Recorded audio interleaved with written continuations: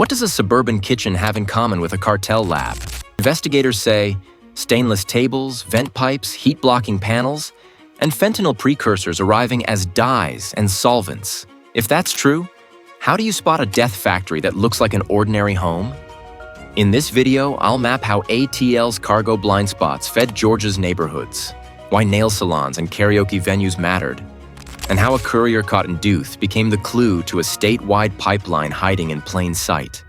Before we move on, please take a moment to subscribe to the channel and like the video. Why did a 340% spike in solvent shipments to ATL not trigger alarms? And how did cleaners become fentanyl fuel? Start at the loading bays. ATL moves more than travelers. It moves time. Forklifts push through 3,000 plus pallets in a day, each scanned, sorted, and handed off to layers of contractors working overlapping shifts. The clock runs everything. There are windows for primary screening, narrow lanes for secondary checks, and a constant pressure to clear cargo before a backlog clogs the belly holds of outbound flights. In that hurry, quiet boxes glide past. The labels look harmless. Textile dyes, ink toner, industrial cleaners. Those phrases ride on manifests that computers tag as low risk, so they get expedited handling. A pallet marked dyes doesn't sit long. It goes from aircraft to bonded warehouse to van in under an hour when the system hums. When the commodity code matches a known, non-hazardous class, it often skips deeper inspection unless a random pull or a tip interrupts the flow. Most boxes are fine. That's the shield. The rest ride the same shield. The pipeline begins far from Atlanta. Consignments leave major ports in China with bills of lading that stack broad tariff codes over specific chemicals. The paperwork can be technically true while hiding the key detail. A blend listed as a solvent mixture or colorant base stays inside a gray zone that doesn't force special permits.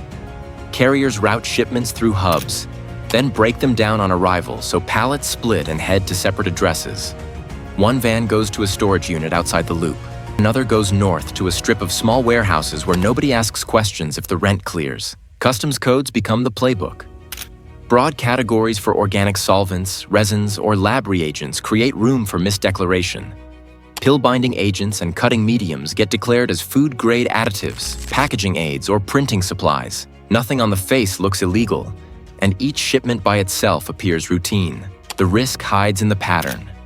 Repeated consignments to fresh companies with short histories, small loads that arrive like clockwork, and routing that keeps pallets away from deep inspection queues. On the ground, a courier in Duluth connects the lanes. He runs as a movable bridge between cartel logistics and Chinese underground banking. A pickup from a Norcross unit leads to a handoff in a mall parking lot, then a final drop at a cul-de-sac where garage doors stay down. His phone never carries full addresses, only meet points and time slots. He moves drums one day and envelopes the next, so the ledger balances without touching a branch counter. The operational twist sits in the paperwork. Shell-registered logistics firms in Norcross rent small bays, receive the drums, and pay fees through third-party processors. Later, cash shows up in the lining of suitcase handles or taped inside appliance panels headed outbound. Proof that each lane runs both ways. Chemicals in, currency out. The names on the leases change every quarter, and each firm dissolves before regular audits arrive. Timing is the final exploit. Shift changes at ATL create gaps when secondary inspectors rotate and bonded warehouses rush to clear pallets. Commodity codes flagged as non-hazardous face fewer secondary pulls late at night. Overlaps between contractor crews mean ownership of a shipment blurs for an hour, just long enough for a box to move from airline custody to a van with a temp driver and a clean vest.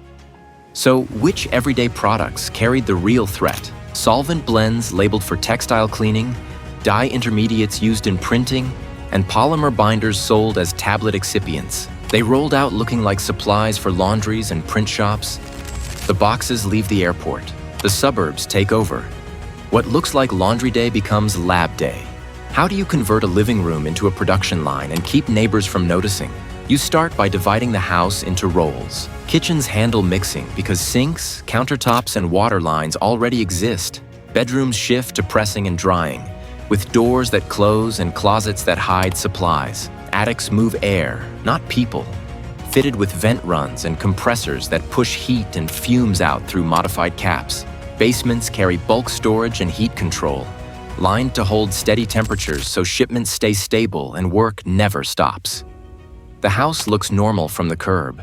Inside, every room pulls its weight. The living room loses couches and becomes a stainless field. Long tables dominate the floor, easy to wipe and hard to stain. Outlets run on power strips to feed small rigs that hum at low volume. The kitchen stays wet. It carries the heavy sink work, basic cleanup, and the constant cycle of refill and drain that a garage can't hide. Bedrooms stay dry. They host benchtop presses, racks, and sealed bins. The attic gets the lungs. Crews mount vent pipes that tie into existing ducts, push air through quiet fans, and bleed it out under roof lines where no one looks up. Downstairs, basements or crawl spaces get foil skins and heat-blocking panels, the kind contractors use for energy savings. Here, they flatten thermal signatures and keep the house from looking like a kiln. Sensory camouflage glues it together. Heat-blocking layers drop hotspots. Aftermarket venting shifts air at a slow, steady pace, so the roof never steams on a cool night.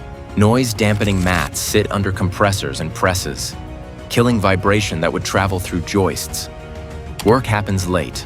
Odd-hour schedules that mirror cleaning crews or gig drivers. Chemical odor masking leans on store-bought neutralizers and charcoal cans near registers, so anything sharp gets swallowed by HVAC before it hits the street. Scale showed up in Johns Creek. A single raid pulled enough raw material to lethally dose every Georgia resident multiple times, and agents called the setup death factories disguised as dream homes. That line stuck because the build looked planned, not improvised. Nothing dangled. Every surface cleaned fast. Every vent had a route. The output rhythm felt industrial, even inside a cul-de-sac. There's a reason stainless tables and vent pipes show up again and again. Stainless resists corrosion and shrugs off spills, so work stays consistent and fast to sanitize. Controlled airflow keeps particles and fumes away from faces and gear, protecting workers and reducing residue on walls that would betray a house during a wellness check or after a small fire. Balanced intake and exhaust stop backflow that can push odors into neighbors' vents or light up a carbon filter in a home purifying unit next door. Money and supplies move through fronts that look harmless. Nail salons run daily deposits under thresholds, then buy supplies and maintenance on repeat, feeding cash into the chain without sharp edges. Karaoke venues take in nighttime bills, add token exchanges and gift cards, and cycle structured cash into rent, utilities, and inventory that can be sold or refunded clean. On paper, the books look thin but consistent. In practice, they fuel payroll and replenishment. Behind the leases sits a ghost lattice. Quick-formed LLCs in Delaware and Nevada use redacted owners and agent addresses. They rent homes, sign power and water accounts, and purchase gear with cards that never link back to a person the neighbors know. Each entity lives just long enough to pass a background check, clear deposits, and fade before tax season. The human cost lands last. Teens get pulled in as runners and drivers, trading risk for fast cash. High-speed chases spike. Overdoses ripple outward. After raids, streets go quiet and stay that way, with blinds down and playgrounds empty. Viewers can now spot the roles.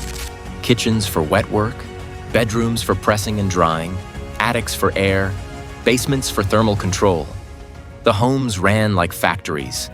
The money had to move like a bank. Enter the underground ledger.